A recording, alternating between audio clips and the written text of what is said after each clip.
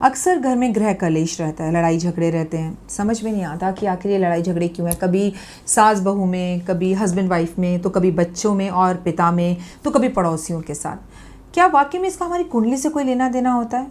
हाँ, तो कुंडली से तो लेना देना होता है, लेकिन घर में 6 लोग हैं तो एक ही कुंडली में अगर ऐसा कष्ट है तो बाकी सबकी ज़िंदगी पर क्या असर डालता है? तो जवाब है, असर डालता है। घर में एक ही इंसान बहुत है। वो कहावत है ना, तालाब की एक मछली सारे तालाब को गंदा कर देती है। घर में एक ही रूढ़िवादी इंसान, एक ही लड़ाकू इंसान पूरे घर के माहौल को ख़राब कर सकता है। यकीन मानिए, घर के अंदर जिन लोगों के अंदर मैं होती है ना, जिनकी मैं ही ख़त्म नहीं होती। मैं बहुत अच्छा खाना बनाती हूँ, मैं बहुत अच्छा कमा कर ला रहा हूँ, मैं बहुत अच्छा काम कर रहा हूँ, मेरे जैसा इस घर में कोई पढ़ा लिखा नहीं है। कोई भी, पुरुष भी हो सकता है, स्त्री भी हो सकती है, आपके घर का बच्चा भी हो सकता है, बस वो घर डूब ही जाता है, उसे फिर कोई नहीं बचा सकता। हम किसी के लिए कुछ नहीं करते। इस संसार में इंसान जो भी खाता पीता है, अपनी किस्मत अपने भाग्य से खाता पीता है। ज्योतिष के 5-6 उपाय आज आपको मैं इसमें बताने वाली हूँ, जिससे घर का गृह कलेश खत्म होगा। घर में लोबान का धुआं देने से गृह कलेश खत्म होता है। घर के मुख्य दरवाजे पर 1 किलो इतना बड़ा फिटकरी का टुकड़ा बांध कर, लाल कपड़े में बांध कर रख दें और लोग आए जाएँ तो उसके नीचे से आए जाएँ, इससे गृह कलेश खत्म होता है। घर के अंदर नमक के पानी का पोछा लगाने से गृह कलेश खत्म होता है। घर के अंदर साफ सफाई रखें, जाले ना हो, इससे गृह कलेश खत्म होता है। घर के अंदर सुगंधित अगरबत्तियां, धूप जलाने से गृह कलेश खत्म होता है। समय अनुसार 2-3 महीने में एक बार घर में गृह हवन करवाने से गृह कलेश खत्म होता है। खुद चुप रहकर दूसरे को बोलने का मौका देने से गृह कलेश खत्म होता है। जिस घर में बहू को बेटी समझ लिया जाए और सास को माँ समझ लिया जाए, उस घर में गृह कलेश खत्म होता है। जहाँ कंपटीशन की भावना नहीं होती, वहाँ गृह कलेश खत्म होता है।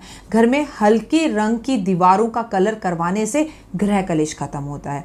घर में तुलसी के पौधे लगाकर उस पर नियमित रूप से जल देना, सींचना, उसे खाना, चाय के अंदर लेना और अपने घर वालों को देना, सदस्यों को देना, और उस पर दीप जलाने से गृह कलेश खत्म होता है। घर की छत पर लोहा लक्कड़ रखने से गृह कलेश बढ़ता है, उसे हटाइए। उसे हटाने से गृह कलेश खत्म होता है। अपने पड़ोसियों के साथ मधुर संबंध रखने से गृह कलेश खत्म होता है, क्योंकि एक पड़ोसी 100 रिश्तेदारों के बराबर होता है। घर में गणपति की आरती नियमित रूप से बिना बाधा, बिना विघ्न करने से गृह कलेश खत्म होता है। घर में अतिथियों के आने से गृह कलेश खत्म होता है। किसी के घर अतिथि बनकर जाने से गृह कलेश खत्म होता है।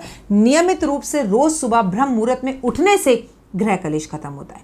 अब क्वेश्चन ये, मैंने इतनी सारी ये जो बातें बताई कि घर के 10 मेंबर है तो 10 को करनी है? ना, घर का कोई एक शख्स भी अगर इस नियम को अपनाता है, घर का कोई एक शख्स भी अगर इस नियम को करता है, तो घर में गृह कलेश खत्म होता है। घर की मुखिया औरत सुबह उठे, बिना मुंह से कुछ बोले, बिना चाय पिए, बिना हीरोइन बने, बैड टी पिए बिना, जैसे कि आजकल हमारा कल्चर हो गया है कि बैड टी के बिना तो हम उठ ही नहीं सकते। उससे भी दुर्भाग्य की बात है कि पति बनाकर पत्नियों को बैड टी दे रहे हैं, तो कहाँ जाएगा ये देश? कहाँ जाएगा आपका चंद्रमा? क्यों नहीं कष्ट होगा आपको जिंदगी के अंदर?